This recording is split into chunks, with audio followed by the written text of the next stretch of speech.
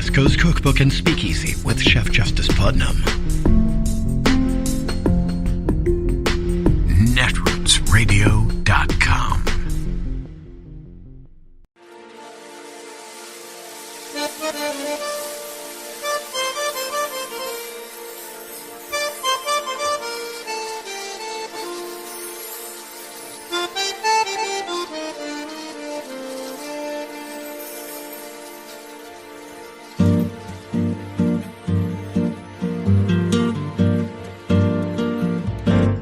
Je voudrais du soleil vert, des dentelles et des théières, des photos de bord de mer, dans mon jardin d'hiver. Je voudrais de la lumière, comme en Nouvelle-Angleterre.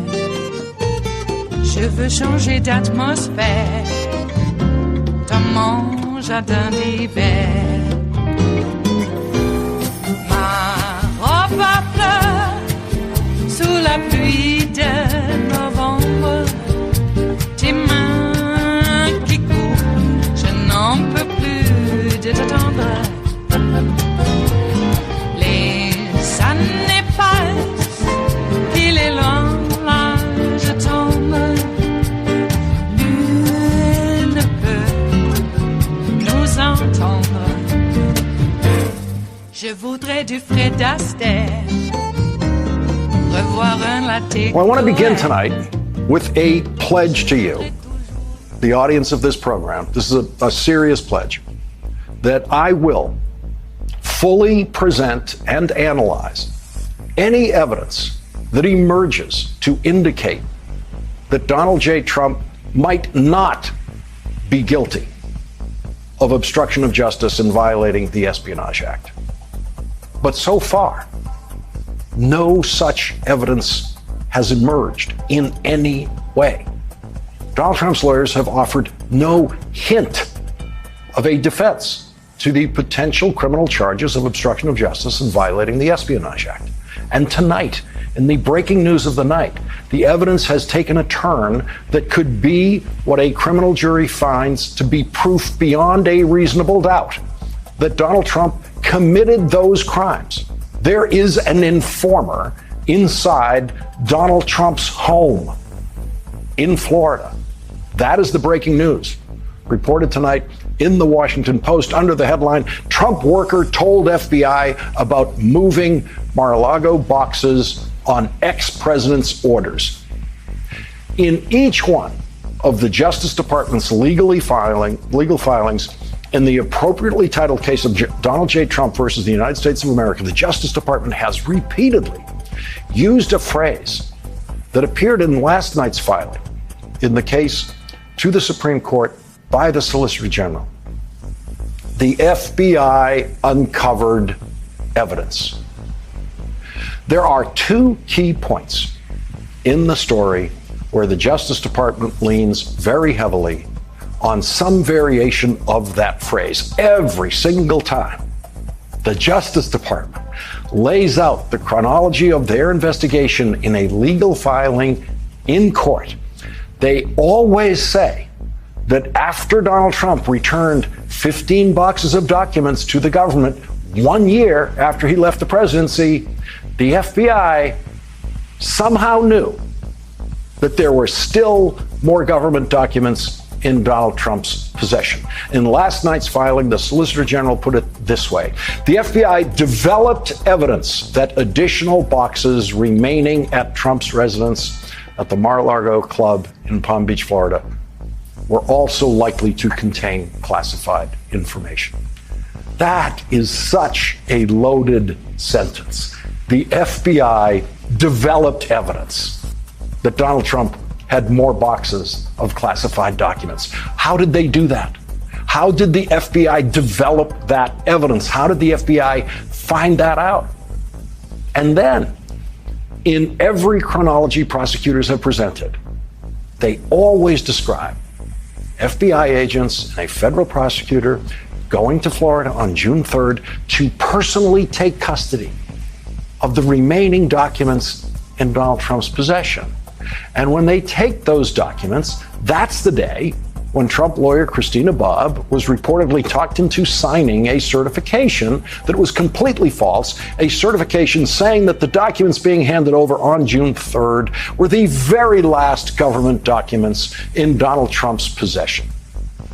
Donald Trump had been hit with a subpoena for those documents by the government, so he had to turn over all of the remaining documents on that day because defying the subpoena would be a crime in and of itself.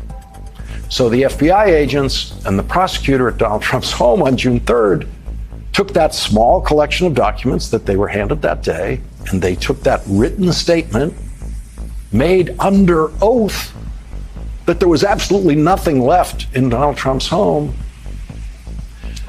And then the next line in the government's telling of the story is always a version of what the Solicitor General wrote in last night's filing to the Supreme Court. Quote, "The FBI uncovered evidence that the response to the grand jury subpoena was incomplete, that additional classified documents likely remained at Mar-a-Lago, and that efforts had likely been undertaken to obstruct the investigation." Every version of that sentence that prosecutors have written in their court filings has always been the most loaded sentence in their filings. The FBI uncovered evidence. The FBI uncovered evidence that Donald Trump didn't hand over all of the documents subject to the subpoena on June 3rd.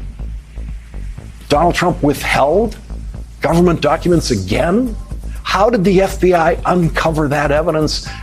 And how does that evidence show that it wasn't just a mistake that Donald Trump didn't hand over all of the documents, but it was actually, quote, undertaken to obstruct the investigation? How did the FBI find that out?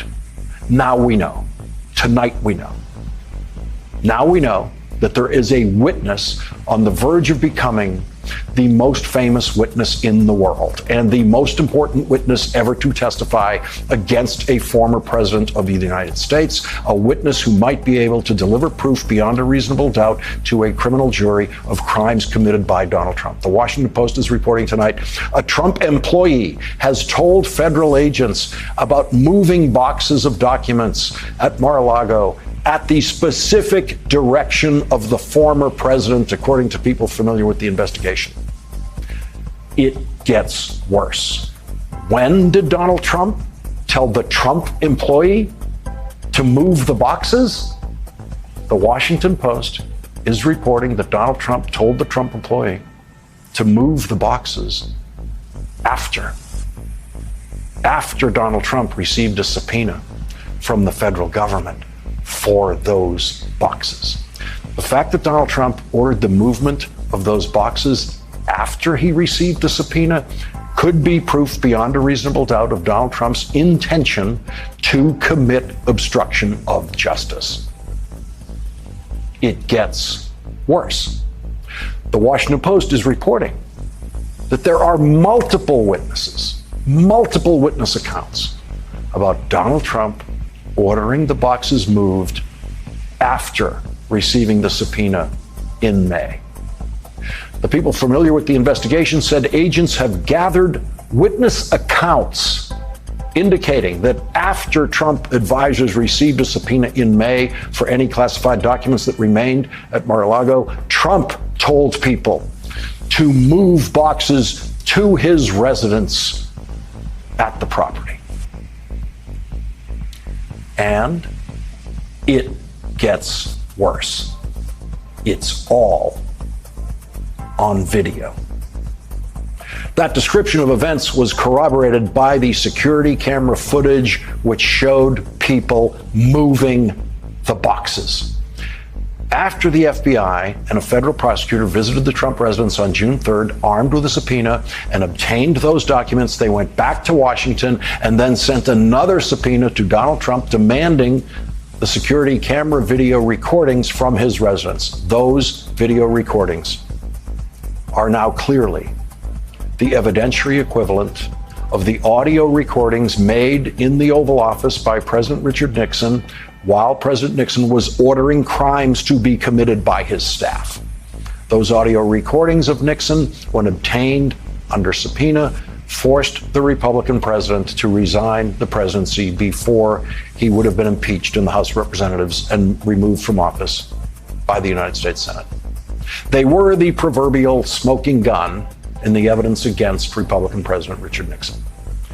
At the time, President Nixon could have legally destroyed those audio tapes before they were subject to a subpoena, and probably then survived that investigation. Similarly, Donald Trump could have destroyed the security video recordings at his Florida residence before they were subject to a subpoena. Everything Donald Trump did with those government documents, including classified documents, that he brought to Florida was profoundly, deeply, and relentlessly stupid. And the evidence increasingly indicates that it was probably criminal. Everything Donald Trump has said publicly about the case has been deeply stupid, and some of it has been self-incriminating, including at a rally last weekend when Donald Trump admitted that he was knowingly in possession of the documents and then said that he kept the material, quote, because it's mine. That, of course, is evidence of the criminal intent to keep those documents for the rest of his life. In tonight's reporting in the Washington Post, an unnamed person who worked for Donald Trump quotes what Donald Trump said while the documents were under subpoena. They're my documents, Trump said, according to an aide who spoke to him. The FBI, no doubt, knows who that aide is, and we can expect that aide to someday be an under oath witness, adding to what could be proof beyond a reasonable doubt that Donald Trump is guilty of obstruction of justice and violating the Espionage Act. It is Thursday, the 13th of October of 2022, and you are in West Coast Cookbook and Speakeasy. I am your chef de cuisine, Justice Putnam. Gunner the English Bulldog is our snoozing sous chef. And our daily special is Metro Shrimp and Grits Thursdays. A little bit of jambalaya, a little bit of spice in your life. Just a little. Alrighty, well, we have the January 6th hearings today. I don't know why I thought it was Tuesday, but there you go. It is actually today, and what revelations will we be hearing? We've been hearing a bit of some other issues that has to do with the DOJ, and Lawrence laid that out pretty succinctly there at the top. Thank you, Lawrence. And Trump has come out. Now, I believe he actually had his lawyers attach their names to this. That's from what I understand. Where they are now purporting that this whole document, subpoenas for classified documents, all of it is a hoax. It was perpetrated by the FBI to harass a great man. So, when we were a few years ago confronted with this concept of that we are in a fight for reality itself, I guess this is part of the battle. Because here you have a guy who stole state secrets and probably sold them to the Sauds already, and had his son-in-law launder the money, and maybe they split it right down the middle. They each got a bill each. I would think that Donnie would want 1 3/4 of a billion, and Jared gets the rest. But I think possibly they split it right down the middle. That's why it was 2 bill instead of 1.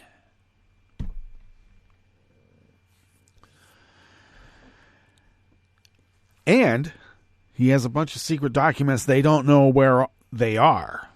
And he's already talked about on his stump speech or his hate rallies. You take your pick, which is what? That he took them for leverage. Michael Cohen said he took them for leverage. In fact, he predicted that he would take stuff for leverage long before Trump met the end of his term. We were all warned. We all knew what was going to happen. We even warned others about that. And here we are. And his sycophants really do believe that all of this is just ginned up to go after a great man.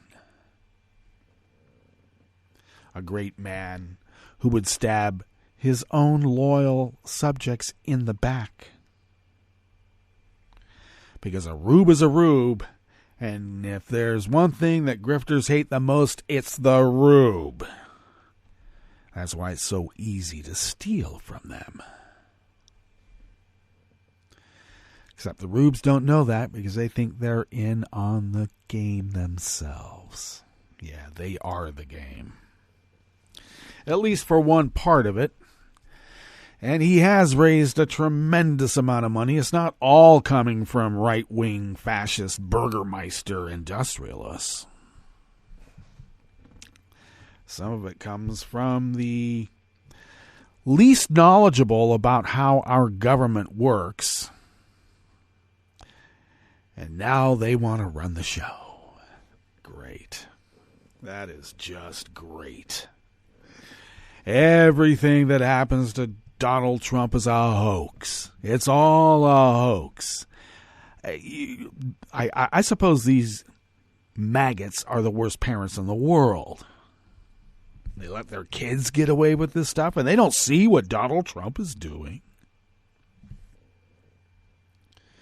Well, maybe cruelty is the whole raison d'etre. Maybe that's all it is. The cruelty. Charlie Kirk put out on one of his statements on his, I don't know where he was. Is this like a podcast he does, or was he giving a speech somewhere? But regardless, he purports that the concept of empathy is a new age invention. And it has led us down the wrong path. The wrong path. Empathy. That is somehow some recent construct. Because these little goose-stepping Nazi-Jungen only believe the world exists and when they came into it. All that came before doesn't matter. Only what we are doing now and what we can do in the future that we can see. Yeah, the future they can see. Now, I should tell you that the root of empathy does come from the old German, so Charlie, you goose-stepper, there's an apparent Teutonic origin to empathy. Wake up. But he's a Christian nationalist. He's a Christo-fascist, and their movement are goose-stepping Nazi-Jungen Christo-fascists. There's nothing contemplative about the Jesus story and their Christianity, whatever that is. It's all about material power. They use the lingo of the Word of God and salvation, but everything is material. There's nothing spiritual about their concept of God. They wield God like it's some sort of weapon. I used a capital I in the it, okay? So I'm being respectful to God. All right.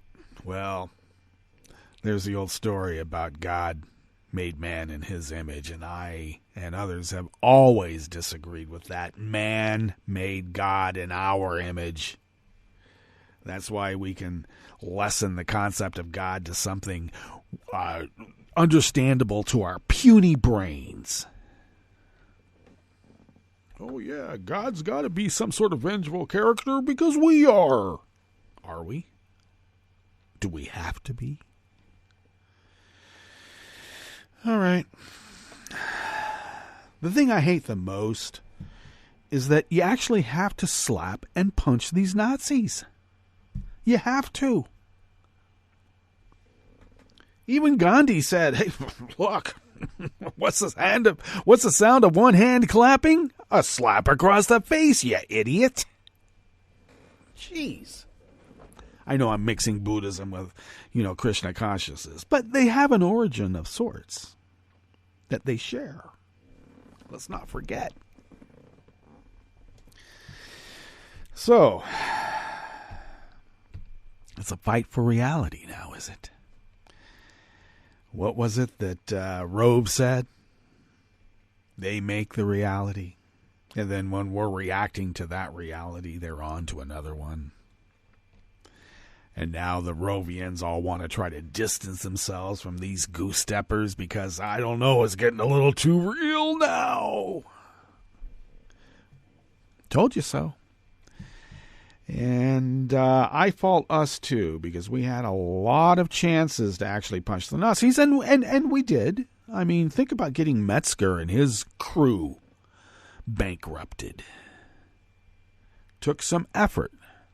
People had to die at their hands for people to actually say, hey, maybe we should get these Nazis off our streets.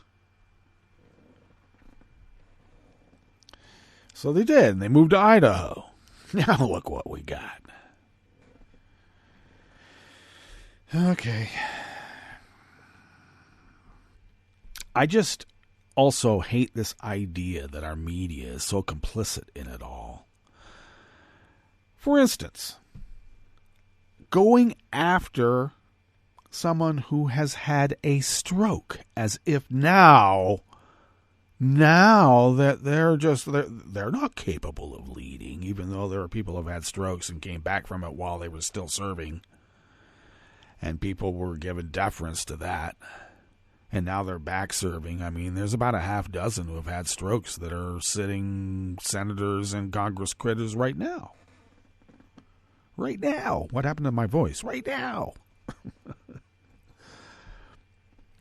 So, now I got to tell you, Fetterman has his faults. There's the holding a black guy at gunpoint.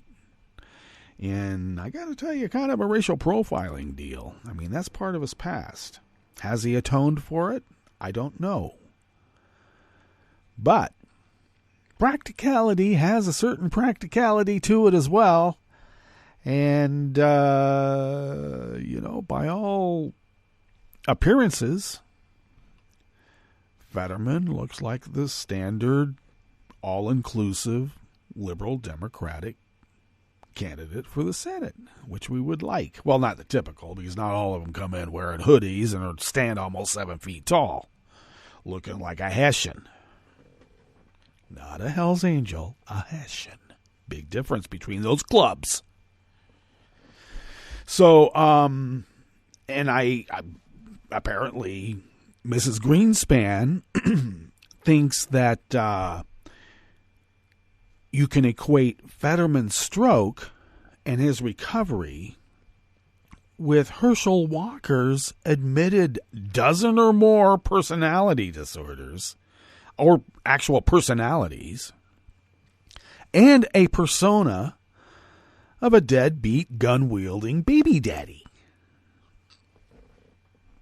I don't know, carousing around the countryside, knocking up girls right and left. Some of them get an abortion. Some of them, he lets them have the kid. Lets them. And then ignores them. So that is equal to how Fetterman is unfit for office because he had a stroke and he's recovering from it. Wow. I guess we are getting into Leviticus territory, aren't we? Those who have been damaged by an affliction have been touched by the devil. God has turned their back on them, and this is proof. Look at what has happened to their bodies. Wow. So we're going to go back to that superstition, huh? Instead of the empathetic one, Charlie Kirk. Well, I have empathy for Charlie Kirk. I know exactly how he feels. And that is why those Nazis need to be punched. And after you punch them, you got to punch them again. You can't stop. Rust never sleeps. The Nazis, the fascists, they are corrosive elements upon our lives. We can't ignore it. It will rot the ship and sink it. Don't want to be stuck in the mud. Okay? Don't. Okay. Let us now get into the more ordered part of this salon that we call West Coast Cookbook and Speakeasy. And yes, we do have a curated part of the show, and this is it. On the rest of the menu here as we begin in the Bistro Cafe part of said West Coast Cookbook and Speakeasy.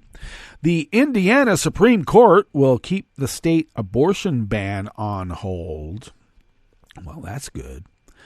The Treasury Department is investigating whether Florida Governor Ron DeSantis improperly, I like to say illegally, but we'll use improperly used federal pandemic aid to fly migrants to Martha's Vineyard. And Democrats have a slim chance to capture a long-held Washington State GOP district in a race that pits an America First city-dwelling Republican against a rural Democrat. After the break, we move to the chef's table where Finnish pharmacies ran out of iodine tablets a day after the country's health ministry recommended that households buy a single dose in case of a radiation emergency. Radiation emergency. I wonder what that would be. And France ordered some striking gas station workers back to work to ensure gasoline supplies. All that and more on West Coast Cookbook and Speakeasy. Bon appetit.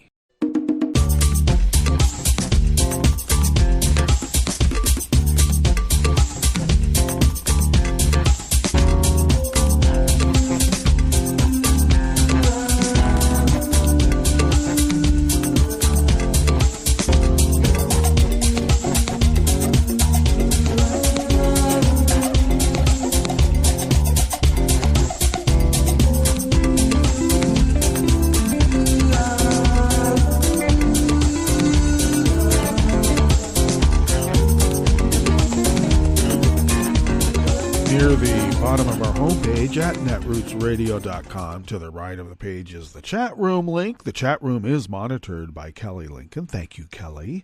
To the left of that chat room link, across the page near the bottom of our homepage at netrootsradio.com is the link to our Patreon page. And I'll leave it for Tom to fill you in on what you could do, but do become a recurring Patreon of Netroots Radio. It really does help us pay our bills, fly under the radar, and continue this powerhouse of resistance that has been resisting the dark forces arrayed against representative democracy here and around the world for the last 11 plus years.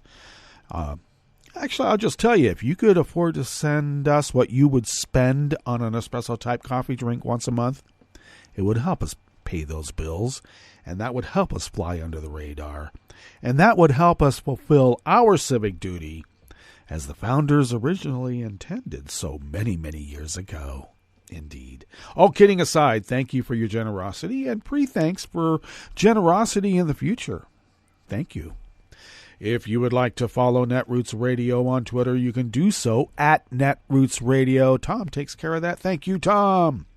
Follow me on Twitter at Justice Putnam. I post the show notes and links diary on Daily Kos 10 minutes before showtime. And, of course, you know that's where the real reportage is. The full articles, by the way, And you can find that by following me on Twitter, because the links are there to get to the Daily Kos page. That's right. You can follow the show on Twitter at Cookbook West and pick up podcasts by way of Spreaker, Stitcher, TuneIn, iHeart, YouTube, iTunes, really wherever podcasts can be found. And, of course, the deep archive of the Netroots Radio Library of its many shows over these last 11 years can be found at the Internet Archive at archive.org. That's how we say it in the West. Some of us do, at least. I did learn not to say crick as I got older. Creek is the more acceptable form of crick. All right, I got a crick in my neck, and we're going to go fish in the creek. Okay, that's how you tell the difference. There you go. Okay, enough of that. Let us tuck into this first offering. Yes, we bring you tidbits, morsels of nourishment for the brain. Yeah, that's what we call it. Tom Davies of the Associated Press brings us this first offering here in the Bistro Cafe of West Coast Cookbook and Speakeasy. The Indiana Supreme Court issued an order yesterday, Wednesday, that prevents the state from enforcing a Republican-backed abortion ban while it considers whether the ban violates the state constitution. The court said in the order that it was taking over appeals of a judge's decision last month that blocked the law a week after it took effect. It denied a request from the state attorney general's office to set aside the preliminary injunction and scheduled a hearing on the lawsuit filed by abortion clinic operators for January 12th. Owen County Judge Kelsey Hanlon blocked the law from being enforced, writing that, quote, there is reasonable likelihood that this significant restriction of personal autonomy offends the liberty guarantees of the Indiana Constitution, end quote, and that the clinics will prevail in the lawsuit. The ban was approved by the state's Republican-dominated legislature on August 5th and signed by GOP Governor Eric Holcomb. That made Indiana the first state to enact tighter abortion restrictions after the U.S. Supreme Court eliminated federal abortion protections by overturning Roe v. Wade in June. The 5-member Supreme Court, all of whom were appointed by Republican governors, did not explain their decision.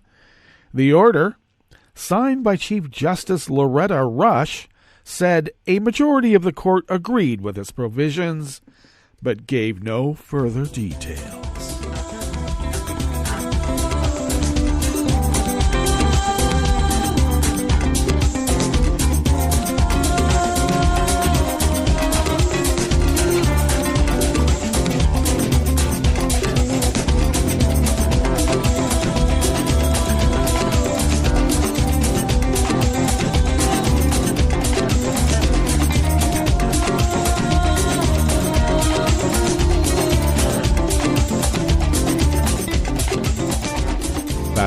Hussein of the Associated Press brings us this next offering here in the Bistro Cafe of West Coast Cookbook and Speakeasy, Metro Shrimp and Grist Thursdays. The Treasury Department's internal watchdog is investigating whether Florida Governor Ron DeSantis improperly used federal pandemic aid to fly migrants to Martha's Vineyard as part of his effort to, quote, transport illegal immigrants to sanctuary destinations, end quote. At issue is whether millions of dollars in interest earned on state and local fiscal recovery funds dispersed through the American Rescue Plan was used to facilitate the transport of about 50 Venezuelans from Texas to Massachusetts in mid-September, with a stopover in Florida on the way. The Recovery Funds program has a strict requirement on how the money can be spent. Documents indicate Florida officials paid Destin, Florida-based Vertol Systems, $1.56 million for the Martha's Vineyard flight and possibly for a flight to Delaware, the home state of President Joe Biden that ultimately did not happen. The Inspector General's office has audit work planned on recipients' compliance with eligible use guidelines. Treasury Department Inspector General Richard K. Delmer said in a statement addressed to Senator Ed Markey of Massachusetts, who requested the investigation. We plan to get this work underway as quickly as possible, consistent with meeting our other oversight mandates and priorities, the letter said. Treasury does not have a confirmed Inspector General. Markey wrote to the Inspector General's office in September, shortly after DeSantis arranged the trip, which received wide publicity. The Florida governor said the migrants traveled voluntarily to Massachusetts. Now, the White House has called the trip to Martha's Vineyard a cruel, premeditated political stunt because, first of all, they're not illegal. They're asylum seekers who were given the right to seek asylum in these United States. And he tricked them with a counter Intel Pro for a kick-the-lib photo op.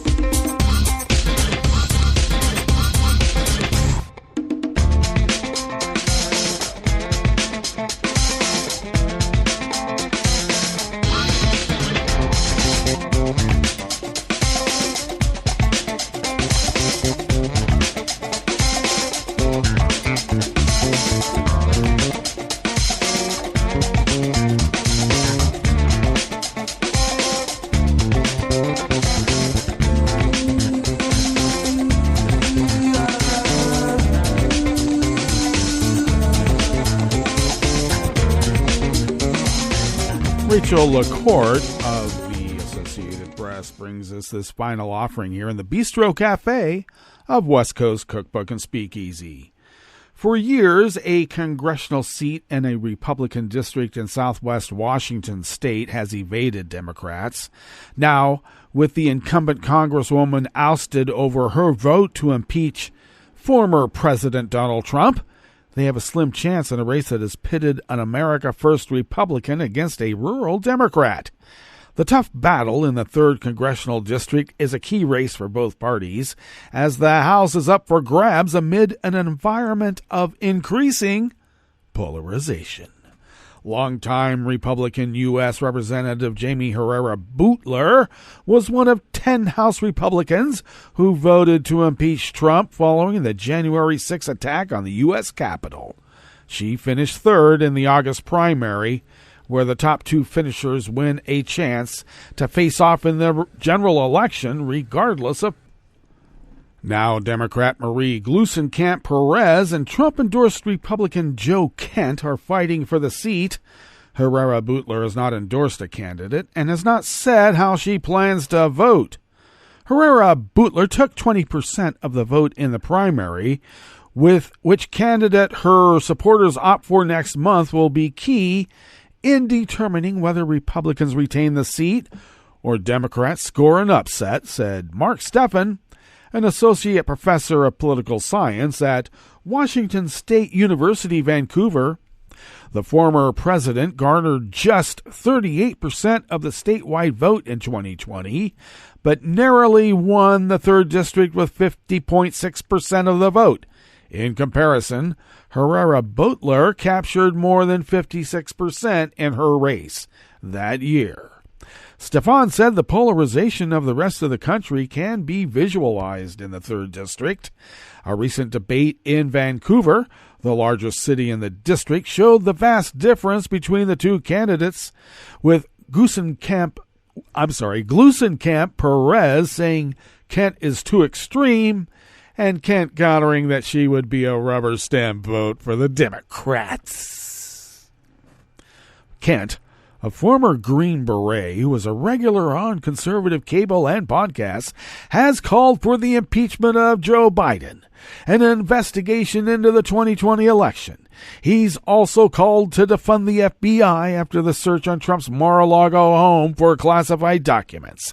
He railed against COVID shutdowns and vaccine mandates at the debate, calling the vaccine experimental gene therapy and saying Dr. Anthony Fauci, the nation's top infectious disease expert, quote, must be held accountable, end quote.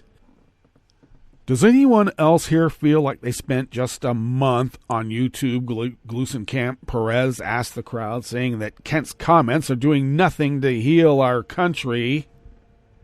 Kent has had to address connections to right-wing extremists throughout his campaign, something Glusenkamp Perez pointed to during the debate, saying that he wanted to ban immigration to ensure a white majority. Ballots will be mailed by October 21st to the state's nearly 4.8 million registered voters, including the more than 499,000 in the 3rd Congressional District. Because Washington is a vote-by-mail state and ballots just need to be in by Election Day, it often takes days to learn final results in close races as ballots arrive at county election offices throughout the week. Well, that brings us to our break.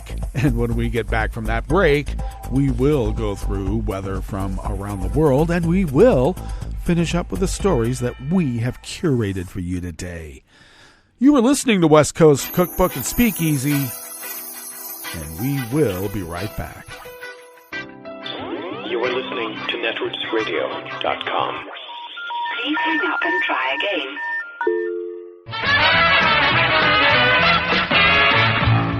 From a point at sea to the circles of your mind, a new force is at work for planetary transformation. New radio for a new Earth.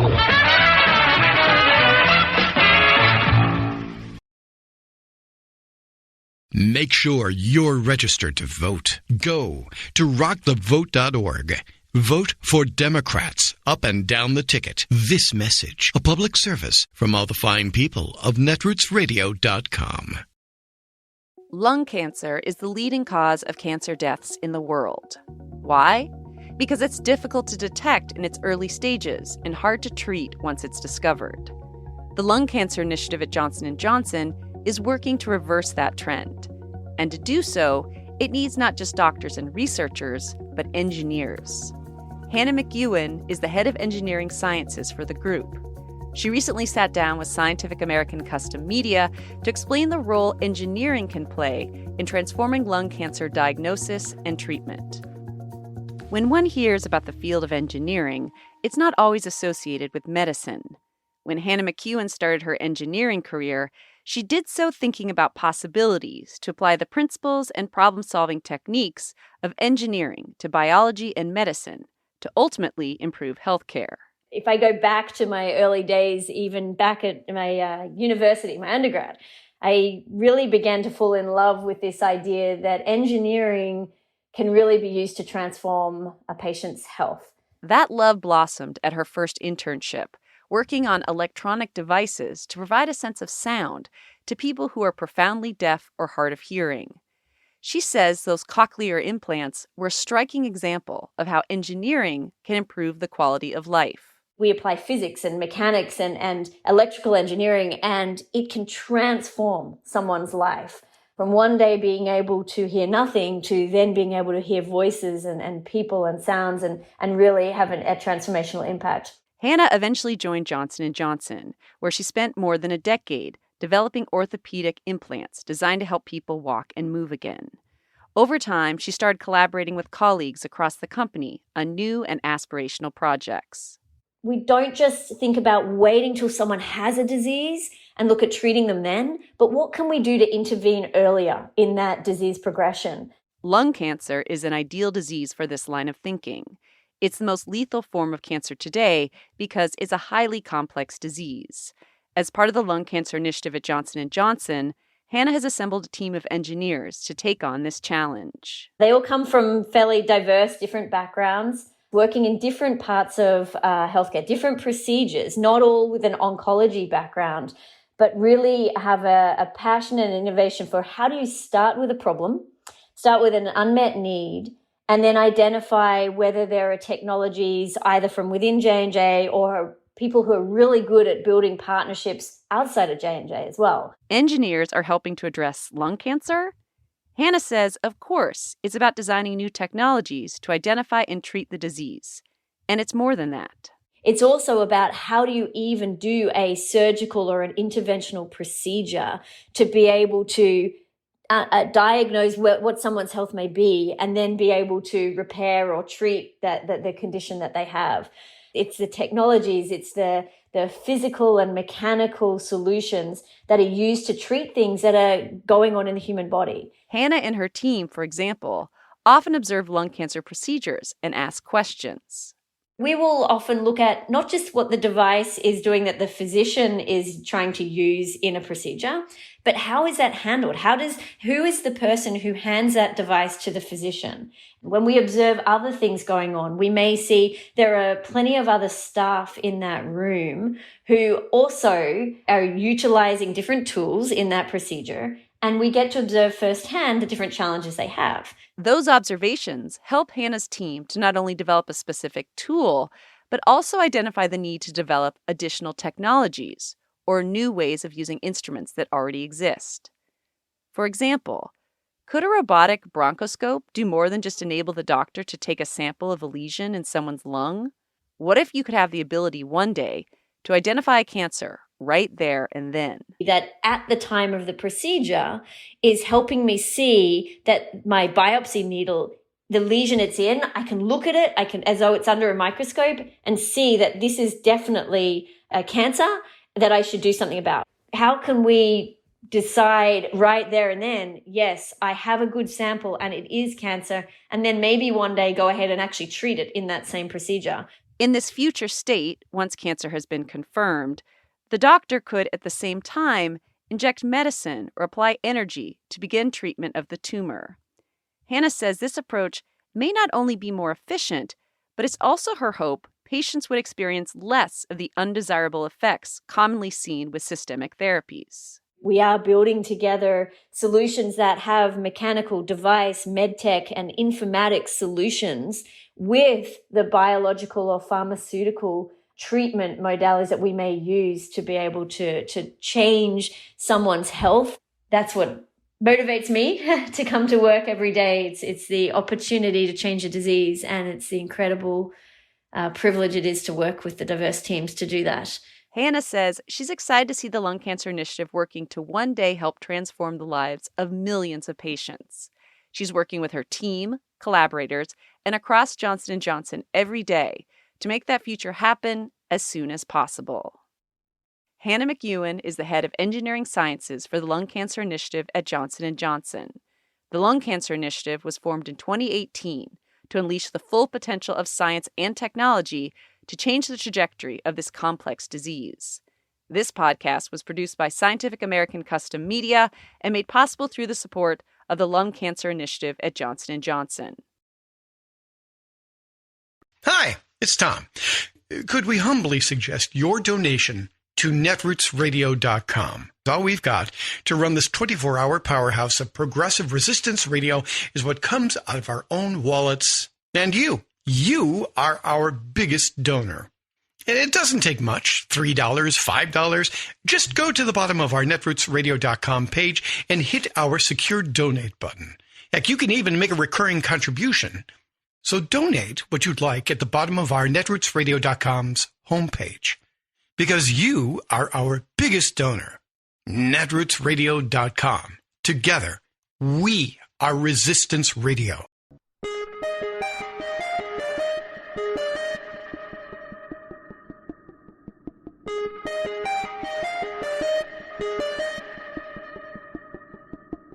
I'm Rick Smith, and this is Labor History in 2.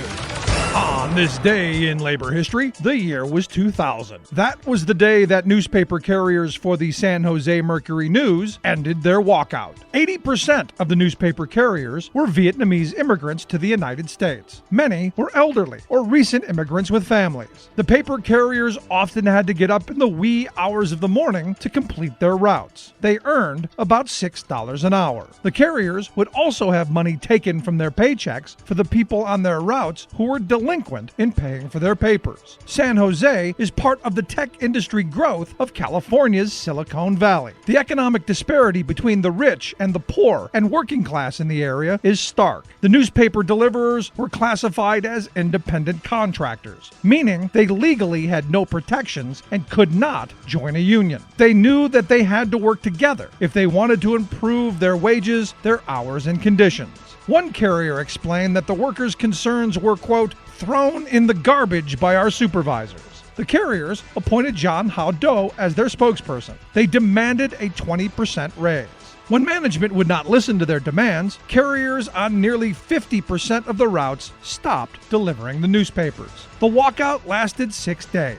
At the peak of the action, nearly 50,000 newspapers had gone undelivered. 557 carriers participated in the walkout. Finally, management agreed to a 12% raise. They also agreed to end the practice of garnishing wages for delinquent subscription fees. The paper also reinstated 4 workers who had been fired due to the walkout. The newspaper carriers had shown the power of collective action. Extra, extra, read all about it. Workers stand together and win better wages, hours, and conditions. Now that's a headline worth reporting. Like what you hear? Check out more at laborhistoryin2.com.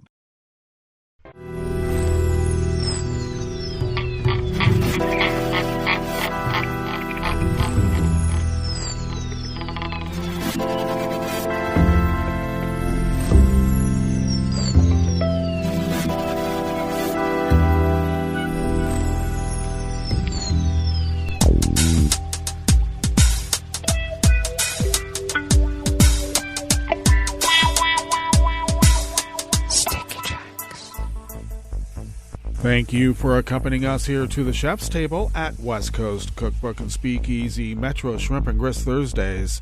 We always begin, whether from around the world, along the banks of the Rogue River, in the Rogue River Valley of Southern Oregon, on the west coast of the continental United States of America, where it is currently 50 degrees Fahrenheit, expecting a high of around 90, nearly the same as yesterday.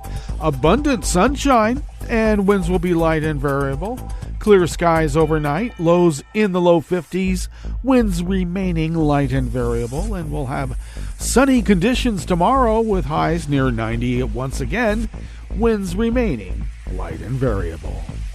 Ragweed pollen remains the predominant pollen out there in Rogue River proper, and it is in the moderate range. The air quality index for the region is good at 38 parts per million, and the daytime UV index is in the moderate range at level 4. Barometric pressure is holding steady at 30.13 inches. Visibility is up to 9 miles, and relative humidity is at 88%. Weather from around the world is brought to you by a crowd of crowdsourced weather stations that a crowd crowdsources from around the world. London is 64 degrees and fair. Paris is 58 and cloudy. Rome is 68 degrees and fair. Kyiv is 51 and mostly cloudy. Kabul is 55 and clear. Hong Kong is 78 degrees and fair. Tokyo is 60 degrees with heavy rain. Sydney, Australia is 65 degrees and mostly cloudy after having torrential rains. San Francisco, California is 55 degrees Fahrenheit, cloudy with a small craft advisory on the bay. And New York, is 68 degrees Fahrenheit and cloudy, also with a small craft advisory on the Hudson. And that is weather from around the world Brought to you by a crowd of crowdsourced weather stations that a crowd crowdsources from around the world.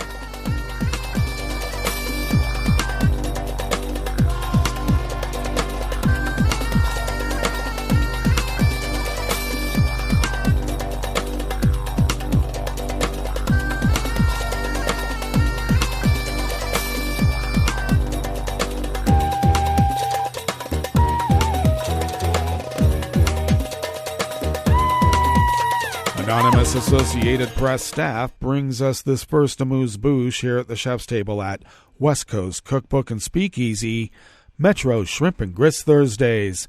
Many Finnish pharmacies ran out of iodine tablets yesterday, Wednesday, a day after the Nordic country's health ministry recommended that households buy a single dose in a case of a radiation emergency, amid increasing fears of a nuclear event due to Russia's war in Ukraine. An accident at nuclear power plants could release radioactive iodine into the environment, which could build up in the thyroid gland, the Finnish Ministry of Social Affairs and Health said on Tuesday. Pharmacies in many locations in Finland reported Wednesday they had run out of iodine tablets as citizens rushed to purchase the medicine. Drug wholesalers also said their stockpiles emptied out. The ministry said the iodine tablet recommendation is limited to those aged 3 to 40 because of the potential risks that radiation exposure poses to that age group. The ministry did not mention Russia's war in Ukraine and did not disclose where such nuclear accidents could potentially take place. It only said it had revised guidelines on the use of iodine tablets to match the latest iodine recommendations set by the World Health Organization.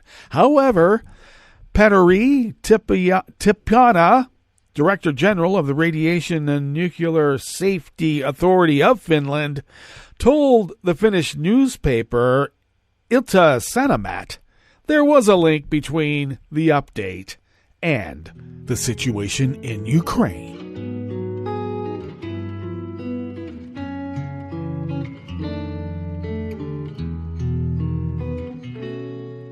Je te donne ce mon amour pour la vie entière, la promesse de me trouver à tes genoux. Aussitôt que tu m'appelles, rester toujours fidèle, c'est tout, c'est tout. Je te donne tous mes printemps, mes étés de mer, mes automnes quand les feuilles tombent partout. Si ce n'est pas une bonne affaire, je te donne tous mes hivers. Alexander Turnbull and Sylvie Corbet of the Associated Press brings us this final amuse-bouche here at the chef's table at West Coast Cookbook and Speakeasy. French President Emmanuel Macron promised the situation in the country's gas stations will soon be back to normal as the government started requisitioning some workers at ExxonMobil's Esso gas stations amid an ongoing strike that is making life difficult for French drivers. The situation had been prompted by social conflicts in two companies, Exxon and Total, which made big profits from high oil and gas prices amid the global energy crisis that was aggravated by Russia's war in Ukraine, Macron said. He called on the responsibility of both the company's leaderships and workers' unions. I'm saying it very clearly. If the social dialogue does not work in the coming hours, we will make more requisitions, he warned. The government is considering making a similar decision soon regarding Total facilities, depending on the outcome of salary negotiations that began on Wednesday. Drivers have been forced to wait in long lines to fill up their cars, and many gas stations have temporarily closed awaiting deliveries. French government spokesman Olivier Véran said the consequences of the strike have become unbearable for too many French people. Requisitions allow authorities to order some workers at the depots hit by strikes to return to work. Bourne said that about 30% of France's gas stations are experiencing temporary shortages, with the Paris area and northern France being the most affected. That brings us to the end of our broadcast period for the day. And you do know Netroots Radio broadcasts on, and we will meet up here tomorrow for Blue Moon Spirits Fridays. So do stay tuned to Netroots Radio all day and all night for all the breaking news as it breaks. And we will meet up here tomorrow, right here in West Coast Cookbook and Speakeasy. Bon appetit.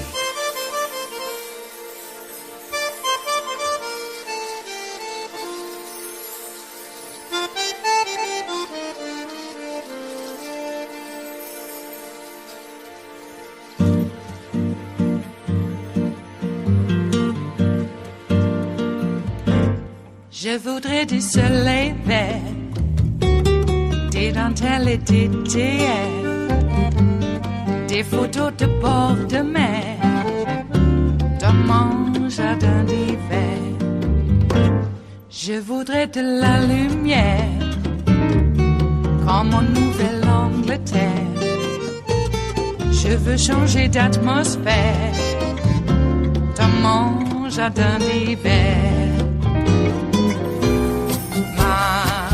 À fleurs sous la pluie de novembre, tes mains qui courent, je n'en peux plus de t'attendre.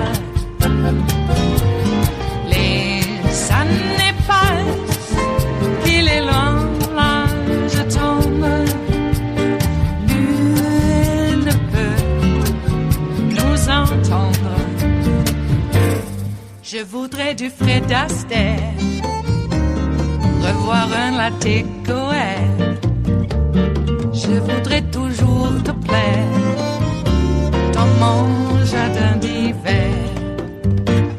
Je veux déjeuner par terre, comme au long de golfe clair, t'embrasser les yeux ouverts dans mon jardin d'hiver.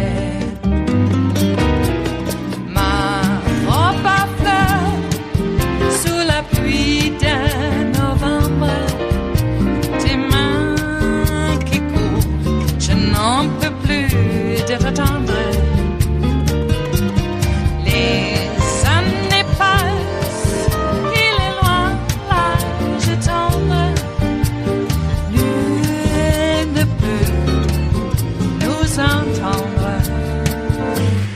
Ba-da-da-dum-di-da-dum. Ba-da-da-dum-di-da-dum. Ba-da-da-dum-di-da-dum. Dans mon jardin d'hiver. Ba-da-da-dum-di-da-dum. Ba-da-da-dum-di-da-dum. Ba-da-da-dum-di-da-dum. Dans mon jardin d'hiver. Dans mon jardin d'hiver. Dans mon jardin d'hiver.